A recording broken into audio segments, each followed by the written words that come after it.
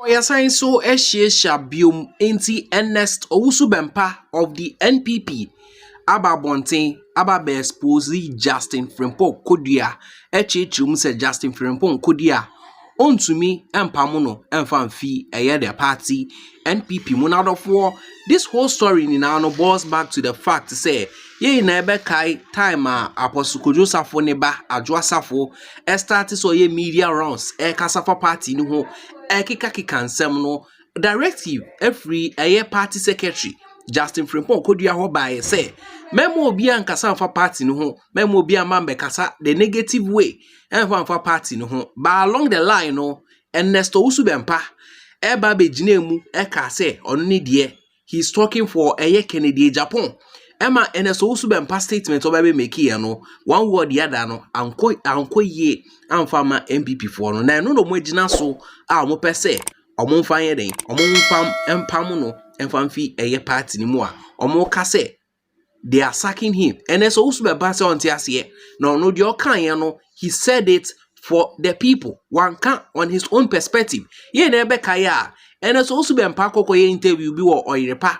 Na sa interview we no ka say President Mahama Banu Dumso ebesan ababiom no bobo a lot of points. So na do honorable candidate Japan so no na oba abonti openly eba be kasa ye chechim say ono no ne say honorable Kennedy Japan and be the perfect candidate ediama the party Npp sa statement no and ankoye na rofo asat now and so Owusu Bempah be kasa and according to Enerst Owusu Bempah ochira ono no ne djuma odi e wo party ni mu say oye deputy communicator enti wo say ontie ti abonten na de akoso abonten no ombra no member bohu dewuro enti asemo kafa honorable Kennedy Japan no he was not saying it for himself but rather saying it for the people.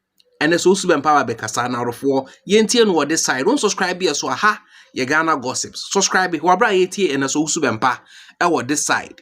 Go and check Paul Adomochiri interview with Musa Dankwa. Musa Dankwa catch say all the reports about Bontina depicts the fact that anytime they change the other candidate, I don't want to mention names, and bring Kennedy Japan, vote to not appreciate it. There are so many things that comes into play in this election, and we don't want to go back and make that mistakes again. Yeah, some mistake in be as a party. If we want, then we are not smart enough to go and win an elections. Sir Kennedy Japan and head the Npp party now. Not just someone named more power. Yes, of course. That's what the ordinary people are saying. No, not me. Me, I don't speak for myself. Because everybody sees me on the street. The Omoka and a Ghana for one to about and a political party. Unless we want a presidential candidate. Unless we want a presidential candidate for our party, then we can vote for any candidate. We don't have a problem as an Npp. See a presidential candidate keka, yenkotumo biya. I know there nobody has a problem. But say a president near capture power in 2028, we need to go for Kennedy. Oh, Npp party near when I'm more sa mienu na wa. Me maka me die na ubusa. Me ubusa me maka chiro say Ghana for so mo pe Kennedy Japan. And that is where I stand. And I've told you, I'm not a coward. What busa me maka chiro? Ghana for no na ekoto aba maye.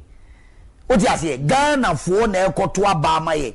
And to those people who think, oh, you had to wait for 4 years, and you know, you didn't call 8 years, you had to wait by 80, Mummy and 8 years, and continue. The dynamics are different. Dynamics here different. Different crowd. Let's look at the data and statistics and demographic, ethnic, religious, all demographics. I have one year for statistics, 1 year resource. Near Fankasa. Sasana. Say Kufuado ne Kufuo by those demographics no and play a role and play a role. And you know, Cressa Kufuado and Kufuo Omuko two times and some example say there are certain ingredients that play the role, did not play the role in Kufuo and Kufuado. The same ingredients didn't play role Kufuado lost, almost won the first round of the elections in 2008.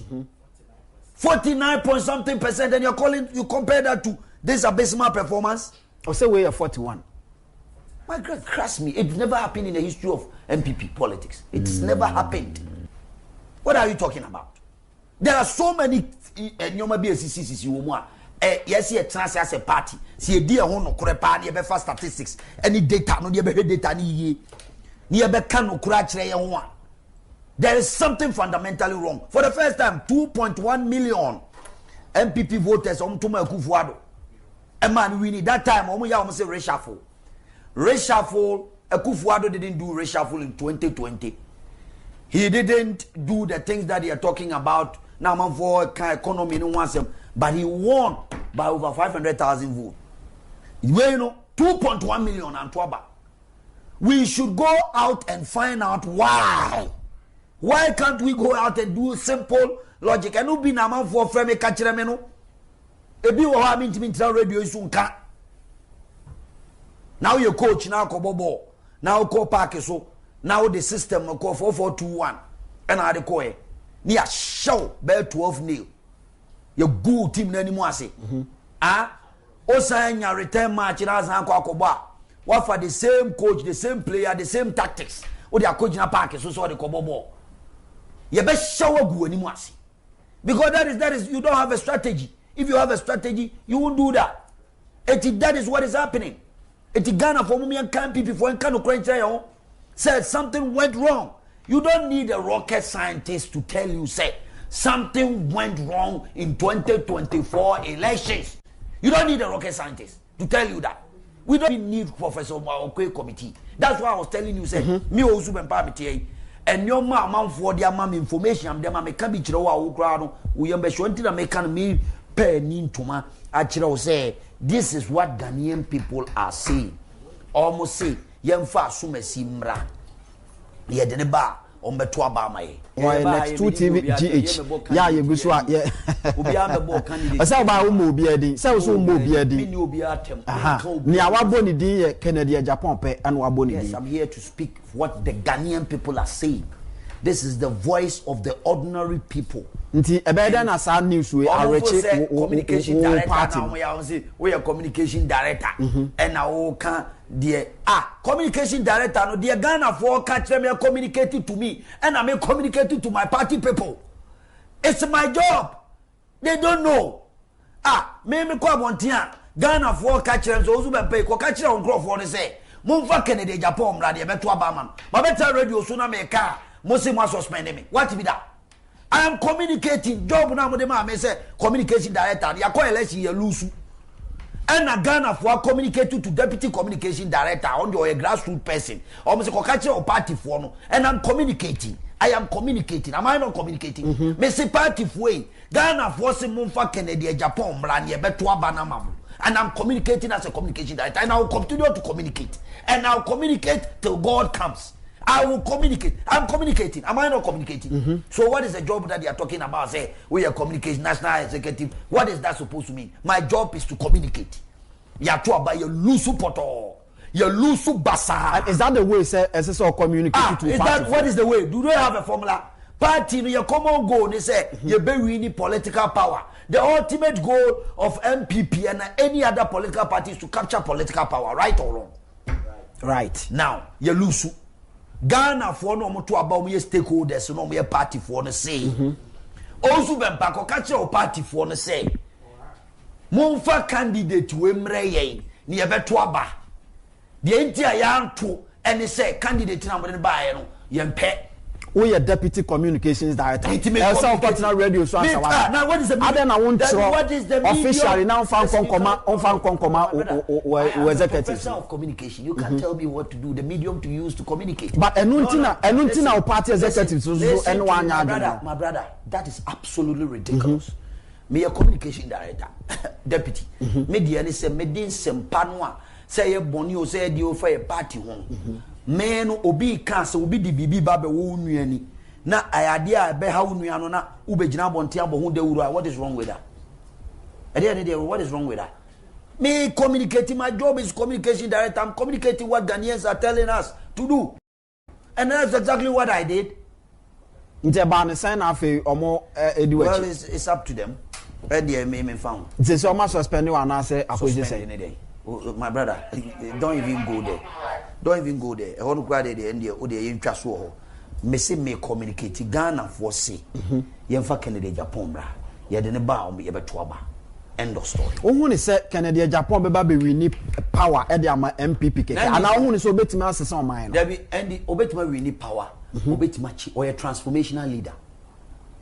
I've told you the attributes of a great leader, haven't I? You can have the attributes. Maybe idea adwuma na shon san wa bono bobonya. Sabi you dey keto ama no a otimi ehwe so yie no. O de kese ma na obetima Ghana and dey there ha emabunu a omani abre agencies for etimi babe kachem so Owusu Bempah Kennedy Japan no ye nim se papa no obetima bi adwuma ye problem pa ye wo youth no e ye adwuma watima creative jobs are offer nipa over 7,000 people e Ghana as an individual na bra ba wabo from transferring from this to this, you know. Ye nim se sa papa we ni e di tumi manua obetima creative job opportunities for millions of youth out there.